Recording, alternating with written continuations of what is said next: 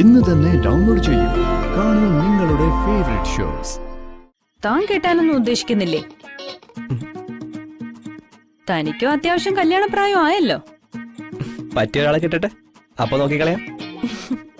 പറ്റിയ ആളെന്ന് പറയുമ്പോ എന്താ തന്റെ സ്വപ്നത്തിലെ ഭാര്യ സങ്കല്പം? ഒന്ന് പറഞ്ഞേ, വെറുതെ ഒന്ന് കേക്കട്ടെ. പൊട്ടിയ ഗ്ലാസിന്റെ ചില്ലുകളൊക്കെ പിറക്കിയെടുത്തെങ്കിൽ പുറകില് വേസ്റ്റ് ബാസ്ക്കറ്റ് ഉണ്ട്, അതിൽ കൊണ്ടിട്. എന്റെ മക്കളുടെ അച്ഛനോട് മാത്രമായി ചിലതൊക്കെ എനിക്ക് പറയാനുണ്ട്.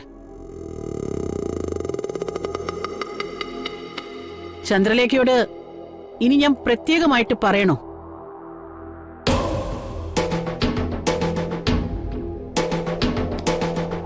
അർജുന്റെ വിവാഹം ഞാൻ തീരുമാനിച്ച ദിവസം, ഞാൻ തീരുമാനിച്ച മുഹൂർത്തത്തിൽ തന്നെ ഞാൻ അത് നടത്തിയിരിക്കും. ഒരമ്മയുടെ ഉത്തരവാദിത്തങ്ങളെല്ലാം ഞാൻ ചെയ്യും. അച്ഛന്റെ ഉത്തരവാദിത്തങ്ങള് നിങ്ങളും. അതിന് ഇനി പറ്റില്ല എന്നാണെങ്കില് വെറുതെയെങ്കിലും അവിടെ വരെ ഒന്ന് വരണം. അവന് അച്ഛനുണ്ടെന്ന് മറ്റുള്ള ആൾക്കാരെയൊക്കെ ബോധ്യപ്പെടുത്താനെങ്കിലും.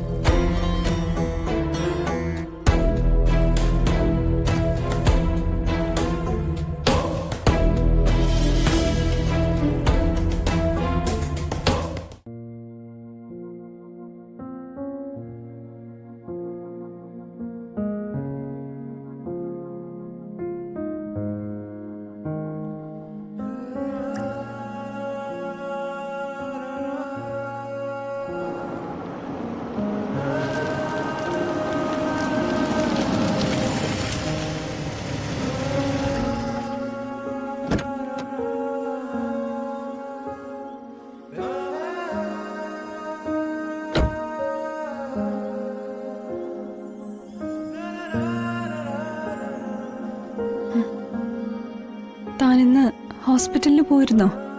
എങ്ങനെയുണ്ട് അദ്ദേഹത്തിന്? ഡിസ്ചാർജ് ആയല്ലോ. ഡിസ്ചാർജ് ആയോ? എന്നിട്ട് ഇങ്ങോട്ട് പോയത് അതറിയോ? ഞാൻ ഫാം ഹൗസിലേക്ക് നേരെ പോയത്. താനല്ല. ഓ, ദാസേട്ടനാ. ദാസേട്ടൻ എന്റെ കൂടെ ഉണ്ടായിരുന്നു. എന്നിട്ട് അദ്ദേഹം എവിടെ? ഫാം ഹൗസില്.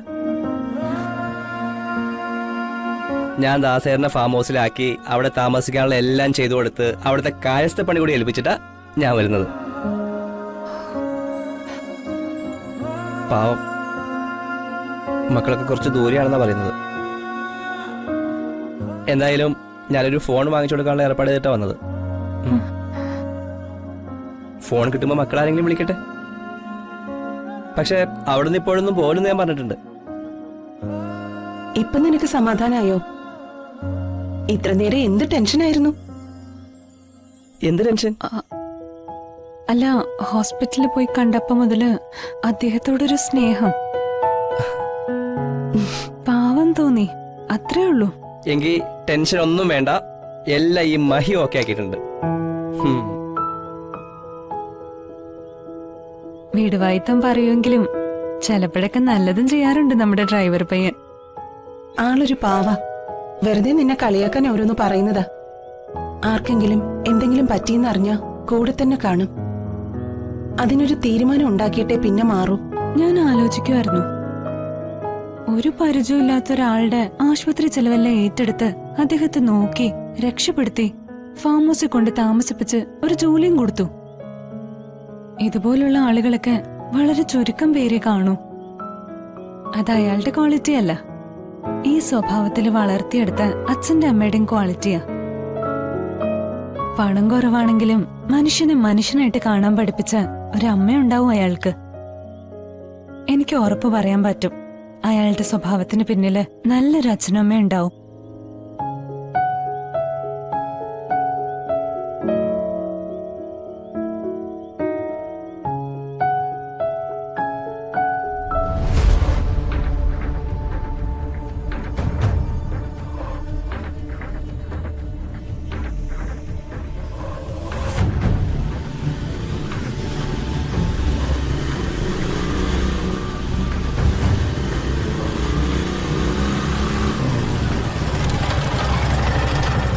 അവൻ രക്ഷപ്പെട്ടപ്പോ നീയൊക്കെ എവിടെ നോക്കി നിൽക്കുവായിരുന്നാ?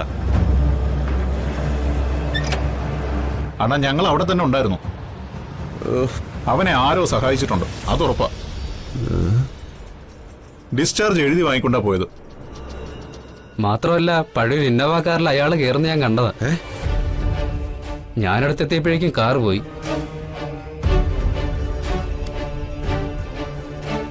നീ പറഞ്ഞ ഉള്ളതാണോ? ഞാൻ എന്റെ കണ്ണുകൊണ്ട് കണ്ടതാണ.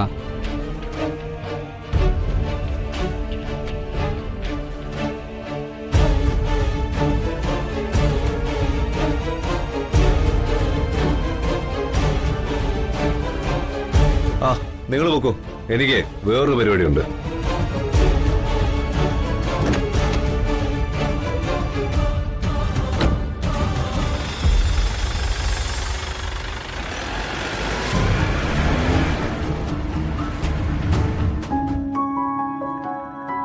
വിവാഹം കഴിയുന്നവരെ ഇനി ജോലിയോട് ജോലിയായിരിക്കും. എത്രയും പെട്ടെന്ന് നടത്തണമെന്നാ അർജുനേട്ടന്. ആര്? അർജുനേട്ടനോ? നിങ്ങൾ ഇവിടുത്തെ ഡ്രൈവറാണെന്ന കാര്യം ഇടയ്ക്കിടയ്ക്ക് മറക്കുന്നു മിസ്റ്റർ. അങ്ങനെ വിളിച്ച് ശീലിച്ചുപോയി. വിവരം കേട്ട ആ ശീലം മാറ്റണമെന്നാ പറഞ്ഞത്. കുറച്ചു മുന്നേ അല്ലേ നീ മോനെ പറ്റി നല്ലത് പറഞ്ഞത്? ആഹാ, അതും സംഭവിച്ചോ? തന്നെ പറ്റിയല്ല, തന്റെ അച്ഛനെയും അമ്മയും പറ്റിയാ നല്ലത് പറഞ്ഞത്. എത്ര നല്ലത് പറഞ്ഞിട്ട് എന്താ കാര്യം? താനിവിടുത്തെ ആ ഭൂതനെയല്ലേ അമ്മാന്ന് വിളിക്കുന്നത്. അവിടെ തീർന്നില്ലേ എല്ലാം? നമ്മൾ ഇവിടെ വന്നിരിക്കുന്നത് എന്തിനാ? അർജുൻ സാറിന്റെ വിവാഹത്തെ പറ്റി സംസാരിക്കാനല്ലേ? എന്നിട്ട് നിങ്ങൾ ഇപ്പൊ എന്താ ചെയ്തോണ്ടിരിക്കുന്നത്? ഇയാളൊന്ന് വാ അടിച്ചു വെക്കാൻ പറഞ്ഞാൽ എല്ലാം നടക്കും. എന്തായാലും കാര്യങ്ങളൊക്കെ ഏകദേശം ഒരു തീരുമാനമായിട്ടുണ്ട്. വിവാഹം ഉടനെ കാണും. പാവം, കുറെ ആഗ്രഹിച്ചതായിട്ട്. അല്ല, താൻ കേട്ടാനൊന്നും ഉദ്ദേശിക്കുന്നില്ലേ? തനിക്കും അത്യാവശ്യം കല്യാണപ്രായം ആയല്ലോ. പറ്റിയ ഒരാളെ കിട്ടട്ടെ, അപ്പൊ നോക്കിക്കളയാം. പറ്റിയ ആളെന്ന് പറയുമ്പോ എന്താ തന്റെ സ്വപ്നത്തിലെ ഭാര്യ സങ്കല്പം? ഒന്ന് പറഞ്ഞേ, വെറുതെ ഒന്ന് കേക്കട്ടെ. അങ്ങനെ വലിയ വലിയ സങ്കല്പങ്ങളൊന്നുമില്ല. ആ, അതാ നല്ലത്.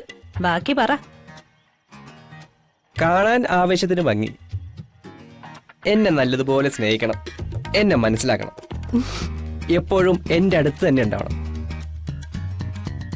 എനിക്ക് എന്തെങ്കിലും അസുഖം വന്നാൽ എന്നെ പരിചരിക്കണം, സൽസ്വഭാവിയായിരിക്കണം, വഴക്കിനൊന്നും വരരുത്, എന്റെ കാര്യങ്ങളെല്ലാം നോക്കണം. ഹലോ, മതി. ഞാനൊരു കാര്യം പറഞ്ഞ വിഷമമൊന്നും തോന്നരുത്. തനിക്കൊരിക്കലും പെണ്ണ് കിട്ടാൻ പോകുന്നില്ല. ഇയാളുടെ കാര്യങ്ങളൊക്കെ നോക്കാൻ വന്നു കയറിയ പെണ്ണെന്താ ഇയാളുടെ അടിമയോ? ഇയാളുടെ കാര്യങ്ങൾ നോക്കാൻ ഇയാൾക്ക് പറ്റില്ലേ?